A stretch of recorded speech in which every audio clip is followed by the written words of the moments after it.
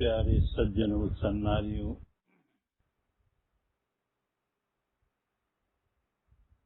आप में से बहुत ऐसे हैं जिन्होंने विपश्यना का नाम तो सुना होगा, लेकिन अभी तक इसका अनुभव करके नहीं देखा। तो जानना चाहेंगे कि इन विपश्यना के केंद्रों में, विपश्यना के शिविरों में क्या सिखाया जाता है। तो थोड़े में समझें,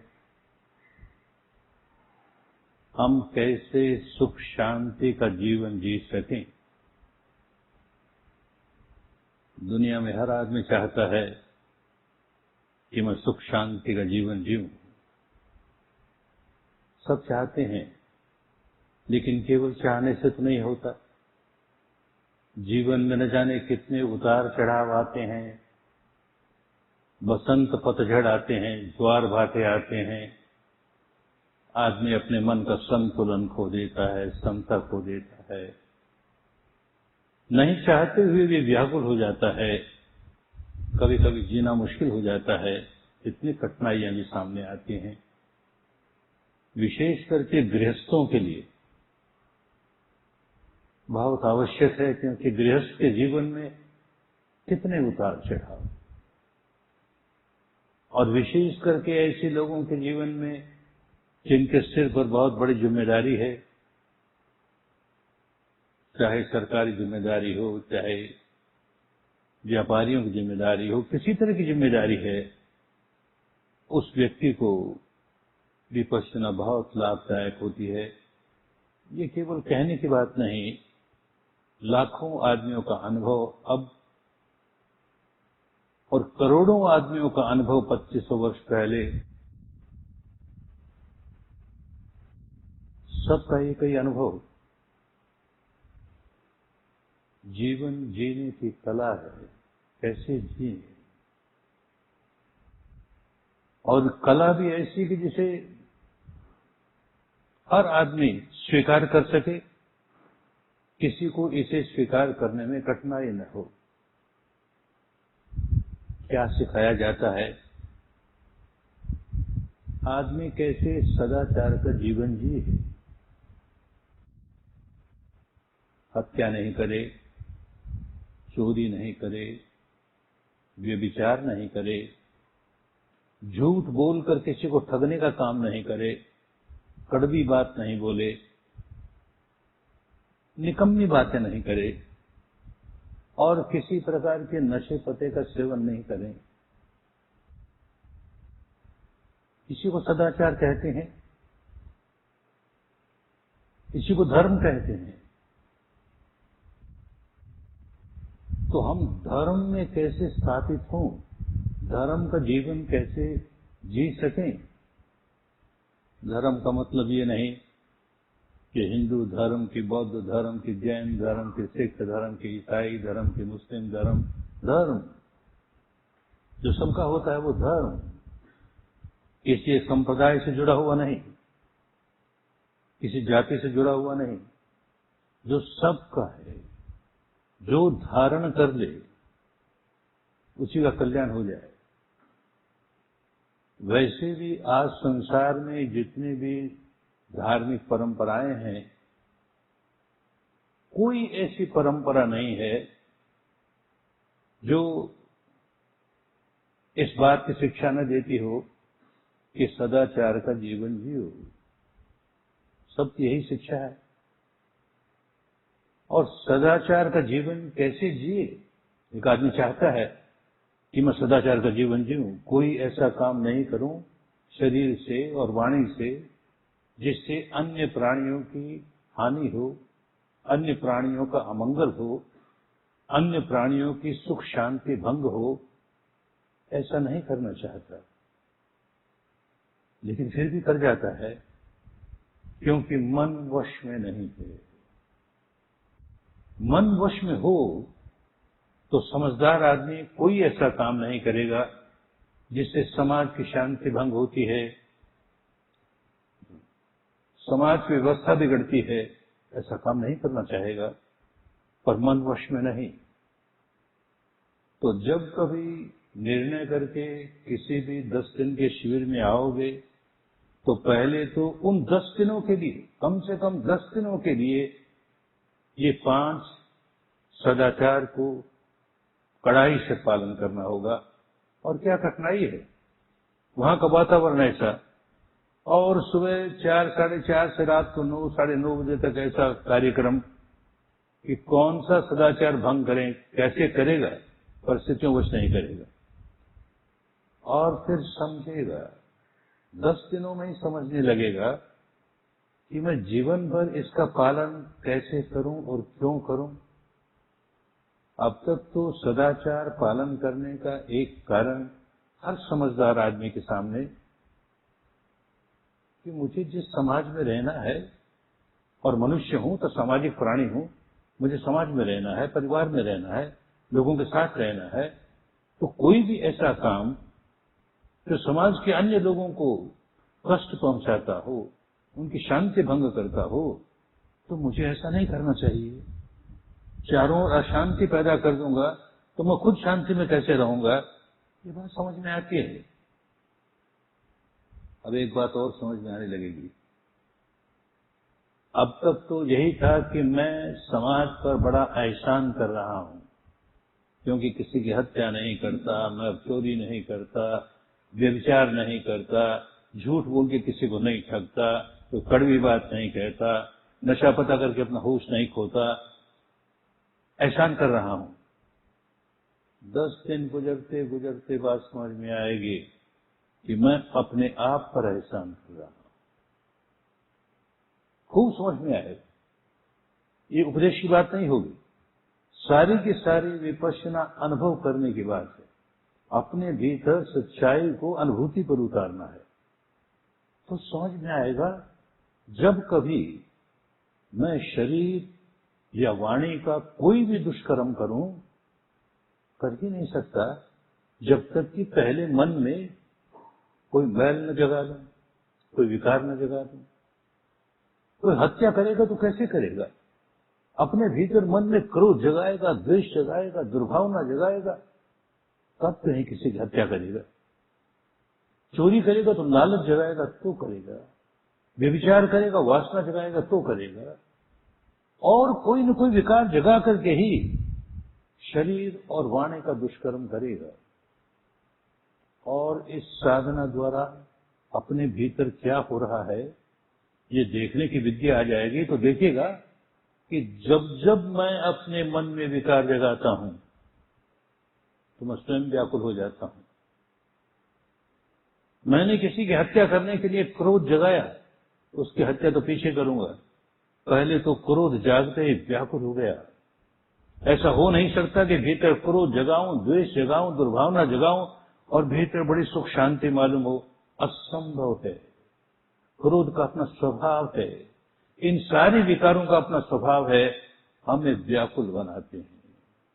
इसी तरह से कोई भी दुष्कर्म शरीर या वाणी का होगा, कोई विकार जागेगा, विकार हमें व्याकुल बनाएगा, तब हम शरीर या वाणी से कोई कर्म करेंगे जिससे और लोग व्याकुल होंगे। तो औरों को व्याकुल करने के पहले मैं खुद व्याकुल होने लगा, औरों को दुखी बनाने के पहले मैं खुद दुखी होने लगा। दुनिया में एक आदमी ऐसा नहीं है जो अपने आप को दुखी बनाना चाहे, लेकिन होश नहीं है, कभी अपने भीतर देखा नहीं क्या हो रहा है, तो नहीं चाहते हुए भी अपने आप को दुखी बनाता है। दिन भर कभी ये विकार जागा, कभी वो विकार जागा। अच्छा, वाणी से कोई दुष्कर्म नहीं किया, शरीर से नहीं किया, और मन में विकार तो जगाया, क्रोध जागा। हमने किसी को वाणी से अपशब्द कह करके दुखी नहीं बनाया, हमने हाथ उठाकर किसी को दुखी नहीं बनाया, अपने आप को दुखी बनाने लगे ना। क्रोध जागते व्याकुल हो गया, क्या करने लगा, मैं क्या करने लगा। हर विकार हमको व्याकुल बनाता है, ये उपदेश की बात नहीं, अनुभव की बात। और 10 दिन तक ये अनुभव करोगे, 10 दिन में इतने परफेक्ट हो जाओगे कि उसके बाद कभी मन में विकार ही नहीं जागेगा, कभी कोई शरीर और वाणी का दुष्कर्म ही नहीं करेंगे। ऐसा नहीं मानना चाहिए। ये किंडरगार्टन है, क्या कहकर सीखने आए हैं, एक विद्या जो हमको अपने भीतर क्या हो रहा है ये देखने की क्षमता प्रदान करती है। अब तक कभी देखा ही नहीं। आंख बंद करके ध्यान भी किया तो किसी कल्पना का ध्यान किया जो अनुभव पर नहीं आ रहा। हमें किसी अन्य प्रकार के ध्यान से कोई विरोध नहीं करना चाहिए, पर हमें तत्काल लाभ क्या होता है वो देखना है। हम अपने स्वभाव को कैसे बदलें। एक शराबी खूब जानता है कि उनको शराब के बाहर निकलना है, कैसे निकले। जुआरी खूब समझता है उनको जुए के बाहर निकलना है, कैसे निकले। और जितने व्यसन हैं खूब जानते हैं बाहर निकलना है, बाहर निकलना है, कैसे निकले। एक आदत पड़ गई, एक स्वभाव हो गया, जब देखो तो भयभीत होता है, क्या हो जाएगा, मुझे क्या हो जाएगा। इस भय के बाहर कैसे निकले। जरा सी अनचाही बात हुई कि असुरक्षा की भावना आने लगी, क्या हो जाएगा, मुझे क्या हो जाएगा। डिप्रेशन आने लगा, भीतर टेंशन आने लगा। अरे अपने आप को दुखी बनाने के हजार कारण, और उनके बाहर कैसे निकले। तो ये जो भीतर देखना आएगा उससे मालूम होगा कि मैं सचमुच व्याकुल क्यों होता हूं, उसके पीछे गहराई से कारण क्या है। ऊपर ऊपर के कारण तो बहुत स्पष्ट मालूम होते हैं और उन कारणों को दूर करने का प्रयत्न किया जा सकता है। बाहर की कोई घटना ऐसी है जो हमें नहीं अच्छी लगती, इसलिए हम व्याकुल होते हैं। ये घटना ऐसे न हो तो हमें हमारी व्याकुलता दूर हो जाएगी, नहीं दूर होगी। एक बार लगेगा दूर हो गई, लेकिन जड़ों तक व्याकुलता का ही स्वभाव बना लिया, वो स्वभाव के बाहर कैसे निकले।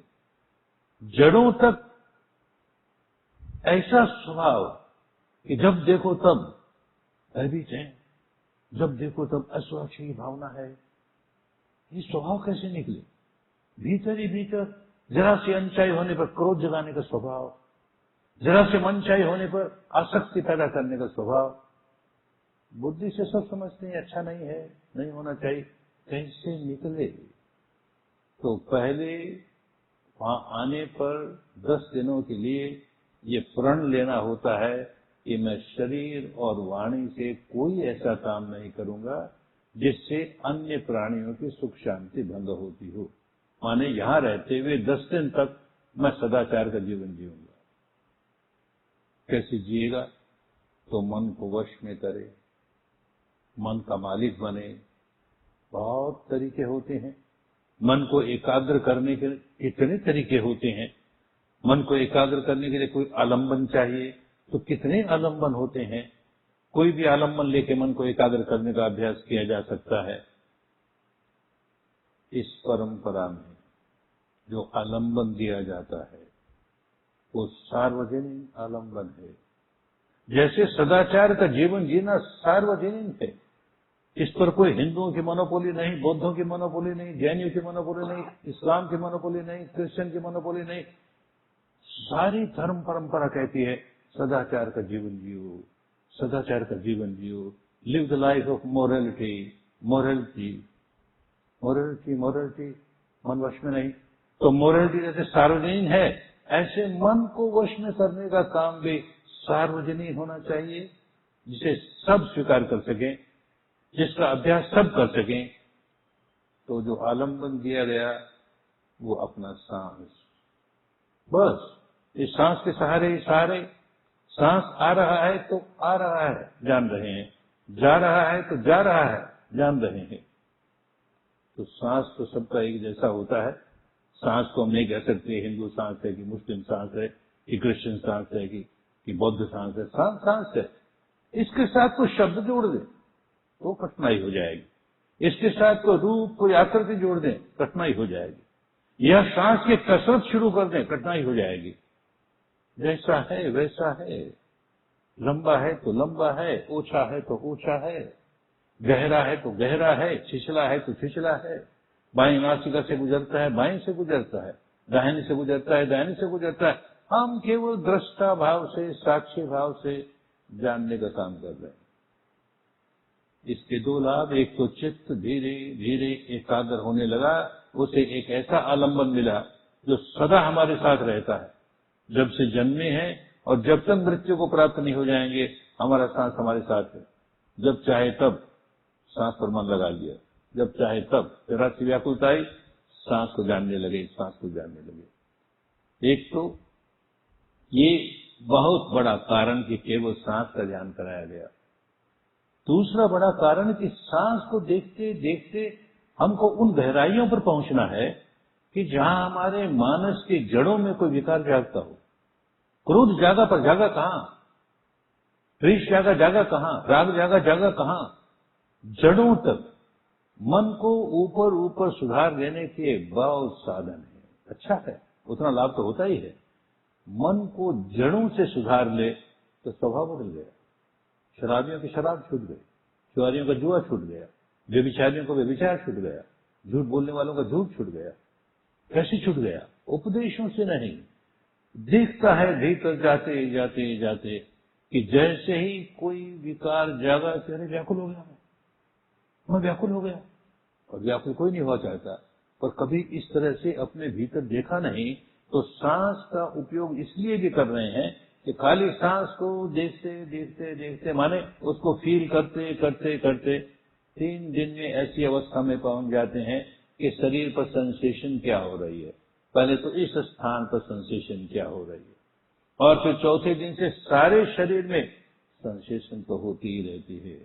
सिर के सिरे से लेके पांव की अंगुलियों तक प्रतिक्षण जब तक जीवित हैं और जहां जहां जीवन है सब जगह संवेदना, सब जगह सेंसेशन प्रतिक्षण होती रहती है। ये जो भारी संवेदना है, पीड़ा आई, भारीपन हुआ, दुखाव हुआ, ये तो कोई भी फील करता है, क्योंकि इसे कॉन्शियस माइंड भी फील करता है। लेकिन कितनी प्रकार के सेंसेशंस हैं जिनका हमें पता तक नहीं। और ये सांस को देखते देखते देखते माइंड इतना शार्प हो जाता है, इतना सेंसिटिव हो जाता है कि हर प्रकार की सेंसेशन को फील करने लगता है। 3 दिन तक सांस का काम इसलिए करवाया कि माइंड इतना शार्प हो जाए, सेंसिटिव हो जाए, सटल हो जाए कि सारी अवस्थाएं, स्थूल से स्थूल और सूक्ष्म से सूक्ष्म सारी अनुभूतियों को बदलने लगी। एक बात। और दूसरी बात उससे ये हो कि जो अनुभूति पर उतरा उसे समझी कि तो सदा रहने वाला नहीं है। कोई ऐसी अनुभूति हुई जो बड़ी अप्रिय हुई, नहीं अच्छी लगी, तो साक्ष्य भाव से देखकर देखें कब तक रहती है। लेकिन कब तक? अनंत काल तक कोई अनुभूति नहीं रहती, कोई सेंसेशन नहीं रहती, देखते देखते खत्म हो गई। बड़ी सुखद आई, देखे कितनी देर रहती है, देखते देखते खत्म हो गई। अरे इसका स्वभाव है उत्पन्न होना नष्ट होना, उत्पन्न होना नष्ट होना। तो हम क्या रिएक्ट करें? क्योंकि जान लिया जब जब रिएक्ट करता है तब तब व्याकुल होता है। चाहे आसक्ति से रिएक्ट करे और चाहे द्वेष से रिएक्ट करे, कोई रिएक्ट किया व्याकुल होगा, एकदम व्याकुल हो जाएगा। और व्याकुल कोई होना नहीं चाहता। तो बात समझ में आई कि हम मानस का व्याकुल होने का स्वभाव दूर करना है, तो इसको इक्वानिमस बनाना है, समता में स्थापित करना है। तो चाहे जैसी अनुभूति हो रही है, हम नहीं व्याकुल होते। चाहे जैसी अनुभूति हो रही है, अरे सदा रहने वाले नहीं है, चलो इसको देखते हैं कब तक रहती है, कब तक रहती है। अपने आप स्वभाव बदलना शुरू हुआ। हमारे देश के एक महापुरुष की एक खोज थी। मैं उस महापुरुष को कोई संप्रदाय का संस्थापक नहीं मानता। बहुत बड़ा साइंटिस्ट था, सुपर साइंटिस्ट, स्पिरिचुअल फील्ड का दुनिया का सबसे बड़ा स्पिरिचुअल साइंटिस्ट। हर बात एक साइंटिस्ट की तरह खोज करता है और हमें इस प्रकार खोज करने की एक विद्या देता है। तुम भी देखो, एक साइंटिस्ट की तरह divide it, dissect it, disintegrate it, dissolve it and see what is happening with in you. ये जो ऊपर ऊपर से ठोस मालूम होता है सारा शरीर, बहुत लोगों को 7वें 8वें दिन पहुंचते पहुंचते सारी सॉलिडिटी खत्म। ये कोई कल्पना नहीं है, अनुभूति होती है। कहीं सॉलिडिटी का नामो निशान नहीं, केवल तरंगे, केवल तरंगे, वेवलेट्स वेवलेट्स वेवलेट्स, और उसमें तरह तरह की संवेदनाएं। और उन संवेदना को नहीं जानने के कारण हम अपना स्वभाव बनाते हैं, कभी राग जगाते हैं, कभी द्वेष जगाते हैं। तो वो जो सेंसेशन तक पहुंचा तो हम हमारे मन के जड़ों तक पहुंच गया। मन को ऊपर ऊपर से सुधारना बहुत आसान है। ये सांस का ही खाली काम करे, जोर जोर से सांस लेवे, मन शांत हो जाएगा। या सांस के साथ कोई शब्द जोड़ दे, मन शांत हो जाएगा। बहुत तरीके होते हैं, कोई भजन, कोई कीर्तन, अच्छा है, इन सबसे लाभ होता है। लेकिन जड़ों तक अगर पहुंचना है तो बॉडी सेंसेशन तक पहुंचना पड़ेगा। मन, उसकी जड़ें बॉडी सेंसेशन से जुड़ी हुई है। मन में कोई विकार जागे, बॉडी पर सेंसेशन होगी। बॉडी में कोई सेंसेशन हो, मन में विकार जागेगा। दोनों एक दूसरे को प्रभावित करते हैं। माइंड बॉडी को प्रभावित करता है, बॉडी माइंड को प्रभावित करती है, और क्या हो रहा है हमें पता तक नहीं। हम मन के ऊपरी ऊपरी हिस्से को, जहां बुद्धि काम करती है, वहां तक तो जानते हैं, और उसके नीचे गहराइयों तक क्या हो रहा है कभी उसे जानने का प्रयत्न नहीं किया, क्योंकि विद्या ही लुप्त हो गई अपने देश से। अब आइए फिर, तो किसी संप्रदाय का व्यक्ति को जो करे उसी को लाभ होता है, जो करे उसी को लाभ होता है। विकारों से तो हर आदमी व्याकुल होता है। ये सार्वजनीन रोग है, केवल बौद्धों का नहीं, केवल हिंदुओं का नहीं, केवल जैनियों का नहीं, केवल मुसलमानों का नहीं। जो जो अपने मन में विकार जगाता है व्याकुल हो जाता है। और जो विकार जगाता है तो उसको क्या नाम देवें? क्रोध जगा तो कहां कहेंगे हिंदू क्रोध है, कि बौद्ध क्रोध है, कि जैन क्रोध है, कि मुस्लिम क्रोध है? क्रोध है। और क्रोध होने से जो व्याकुलता आई, उसको भी क्या नाम देंगे? हिंदू कहेंगे, बौद्ध कहेंगे, जैन कहेंगे, ईसाई कहेंगे।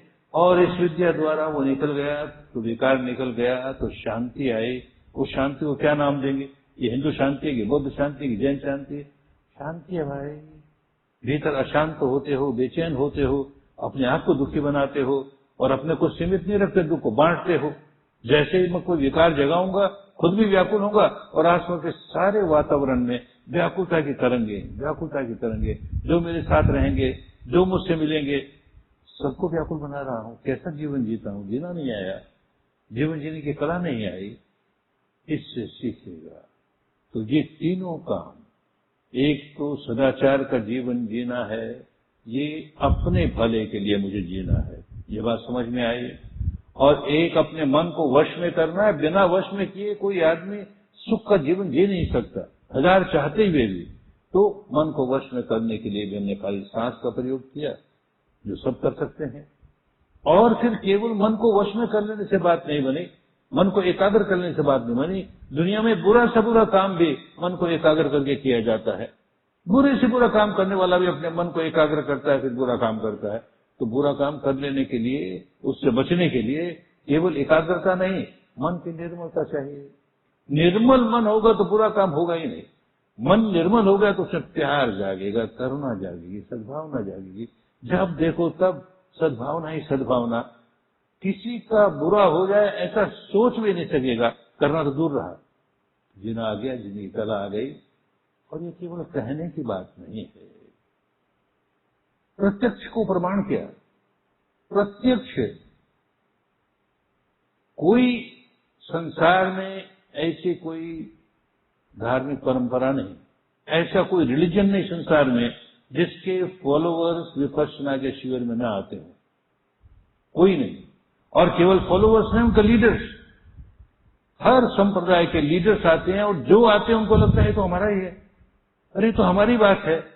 क्योंकि सदाचार की बात तो सबकी बात है, मन को वश में करना सबकी बात है, मन को निर्मल करना सबकी बात है, मन में सद्गुण भरने, प्यार भरना, सद्भावना भरनी, मैत्री भरनी, करुणा भरना, सबकी बात है। और उपदेश नहीं है, करना सिखाते हैं। तो भीड़ लगती है, लोग आते हैं और उनका जीवन बदलता है। कोई कर्मकांड नहीं है, कोई अंधविश्वास नहीं है, प्योर साइंस है, माइंड और मैटर के इंटरेक्शन का। और वो भी इतने डेप्थ में जहां हम कभी नहीं पहुंचे। ऊपर ऊपर से माइंड को सुधारने के हजार रास्ते हो सकते हैं, जड़ों तक जब तक नहीं सुधरेगा। ऊपर से कोई पेड़ अस्वस्थ है, हजार उसको स्वस्थ बनाने का प्रयत्न करेंगे। अगर जड़ें अस्वस्थ है, जड़ें रोगी है, तो पेड़ रोगी रहेगा। मन को ऊपर से हजार सुधार लें, जब तक जड़ें नहीं सुधरी तो छुटकारा नहीं हुआ। तो ये विद्या हमको वहां पहुंचाती है जहां मन की जड़ें हैं, और जहां पर मन के साथ विकारों की उत्पत्ति होती है, और उत्पत्ति होकर के उनका संवर्धन होता है, बढ़ता है, बढ़ता है, बढ़ता है। कोई विकार शुरू हुआ और बढ़ते बढ़ते बढ़ते सिर पर सवार हो गया, भूत की तरह सवार हो गया। अब हम चाहें तो भी उससे अलग नहीं हो सकते, वो हमको जो करवाए सो हम करना पड़ता है। तो जड़ों पर ही रोक लगा दें, जड़ों पर सुधार कर दें, कल्याण हो गया। तो जब कभी आओगे तो इस घबराहट से नहीं, मैं अपनी बात कहता हूं, बहुत कट्टर हिंदू सनातनी घर में जन्मा, और किसी ने कहा कि जाकर के देखो वहां 10 दिन, अरे ये तो बौद्धों का है, अरे बाबा कहीं मैं बौद्ध न हो जाऊं, मैं कहीं बौद्ध न हो जाऊं, बड़ी घबराहट थी। गया तो देखा, ये तो सबका है भाई, ये तो सबका है। सदाचार का जीवन जीना सबका है। मन को वश में करना, वो भी सांस के सहारे करना, सबका है। मन को निर्मल करना, वो भी अपने शरीर की संवेदनाओं को देखते हुए, मन के विकारों को देखते हुए उनसे छुटकारा पाने की विद्या सबकी है। तो जैसे मुझे लगा सबका है, हमारा ही है, ये तो हमारा ही है, ऐसे मैं देखता हूं दुनिया के हर संप्रदाय के लोग आते हैं और कहते हैं कि हमारा ही है, हमारा ही है। क्रिश्चियन पादरी न जाने कितने आए, अब भी आए जा रहे हैं।